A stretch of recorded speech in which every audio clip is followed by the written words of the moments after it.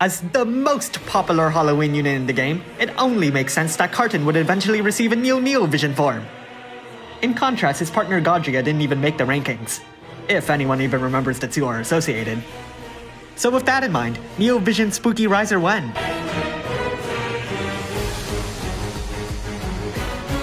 Full Moon Karten's Trustmaster reward is an accessory of high attack. Not only that, but it comes with 3 different killer buffs against demons, humans, and reapers, though the killers are at half power. Makes sense, given that this is a Trustmaster reward. But to make things even better, if equipped onto a unit named Karten, the accessory gives 100 bonus attack. His Super Trustmaster reward is a materia that boosts attack by 60%, equipment attack by 50% when dual wielding, and gives a physical killer against the same 3 enemy types. It's a very strong materia. Lots of things rolled into one item, which makes it possible to see this used often if you ever get your grubby paws on it. Onto his active abilities. Voracious Appetite deals damage and drains part of the enemy's HP and MP. Wailing Claw lowers the enemy's water resistance by 130%, imbues water onto your team, raises Karten's water damage by 50%, and chains a Bolting Strike. Somber Claw is the same but with Dark. Shrouded Judgment deals damage that partially ignores the enemy's defense, gives Karten a 60% general mitigation buff, and recovers MP for a net gain of 55 and chains a Stardust Ray. Haunting Barrage deals more damage that partially ignores the enemy's defense, gives Karten a strong killer buff against demons, humans, and reapers, and recovers MP for a net gain of 40. Cursed Gift inflicts a 25% Fist Imperil, a 75% attack and magic break, boosts Karten's attack by 300%, lets him evade 5 attacks, and raises Karten's water resistance by 75% and his dark resistance by 100%. Regain Composure can be used twice per battle.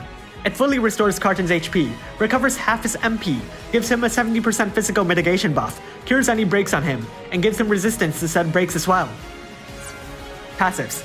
With his Trustmaster reward or Super Trustmaster reward equipped, Karten gets attack when holding a fist, more attack when dual wielding, raises the chain modifier count when doing so, gets resistance to charm, and 3 strong killers against demons, humans, and reapers. He's also got some additional passives. Once his HP drops below half, he'll automatically give himself a killer buff against the 3 aforementioned species. He also has the chance to counter attacks of Bloodlust Control, a physical attack that partially ignores the enemy's defense and recovers his HP. He also has 40% physical evasion, and his normal attack changes to Umbral Strike, which chains a Bolting Strike and recovers a great amount of his MP. At EX plus 2, he gets an instant limit burst. At EX plus 3, he gets 500 attack. Let's look at his limit burst. It deals damage and lets your team absorb dark damage. Time to change forms. Full Moon Karten has a true Brave Shift, which has no limitations whatsoever. Onto his active abilities. Predatory Pounce inflicts a 25% Fist Imperil, a 80% defense and Spirit Break, deals damage that partially ignores the enemy's defense, lets Karten evade 2 attacks, and chains a Bolting Strike. Monstrous Mauling deals damage that chains a Stardust Ray and gets stronger with morale. Lupine Laceration deals damage that chains a Bolting Strike and also scales of morale. Feral Frenzy can be used 3 times per battle. It inflicts Berserk on Karten for a single turn. Berserk is generally a demerit, as it snatches control away from the player, but as Karten's Berserk status only lasts for a single turn, you get all the benefits of an additional 500% attack boost without the drawbacks. Ultimately, you get a powerful, triple-casted Bolting Strike attack that scales of morale. Passives. Everything's the same, but he does have one new passive, Savage Strength. It boosts attack when holding a fist, automatically deals damage to the opponent and himself every turn, sets the opponent's sights on the big white werewolf with 100% passive provoke, and when his HP drops below 50%, he boosts his defense and spirit by 300%.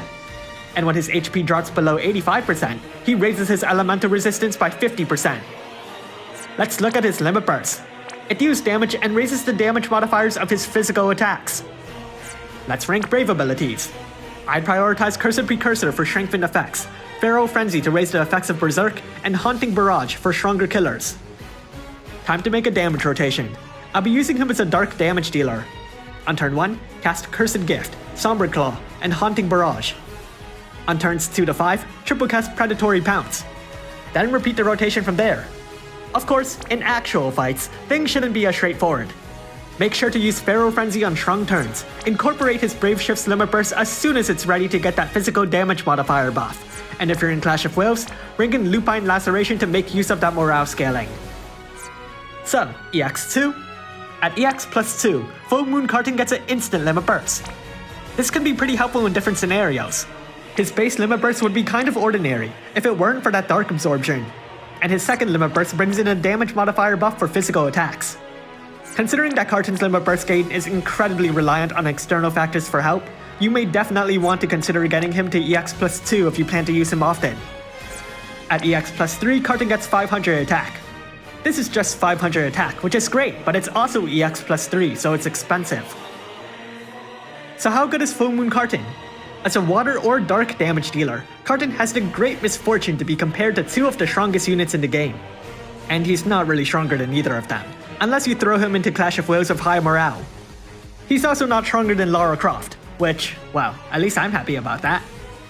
Yet, nevertheless, it must be stressed that for a non-premium or limited unit, Karten is one of the strongest units in the game. Which I know isn't very impressive, considering every new unit has to make their mark by their appearance anyways. Still, there are several features on Full Moon Karten that stand out. 1. Most of his attacks are non-elemental, which are strengthened through his imbues and amplifications. However, this also gives you the freedom to imbue him with any element, and there are many powerful elemental supporters in the game. 2. He has a lot of defensive tools for situations where you've got your back to the wall, despite not really being known for defense. Still, whether you like it or not, he has 100% passive provoke in his Brave Shift, and a lot of other doodads when his HP drops, which isn't too uncommon, considering he hurts himself every turn in his Brave Shift anyways. Yet, despite these nice sounding knickknacks, these are things you'd expect from a tank. So, one solution is to turn him into a tank, say, with the newly revamped Rivera. He certainly has the tools to serve as a temporary tank, odd as it sounds for a big naked werewolf. What do you think happens to his pants? Thanks for watching, and if you liked this video, then leave a like and subscribe. Comment below if you plan to summon Full Moon Karten. He looks cool, he really does. Just look at that wolf form. I love monster designs. But you know what's really an abomination?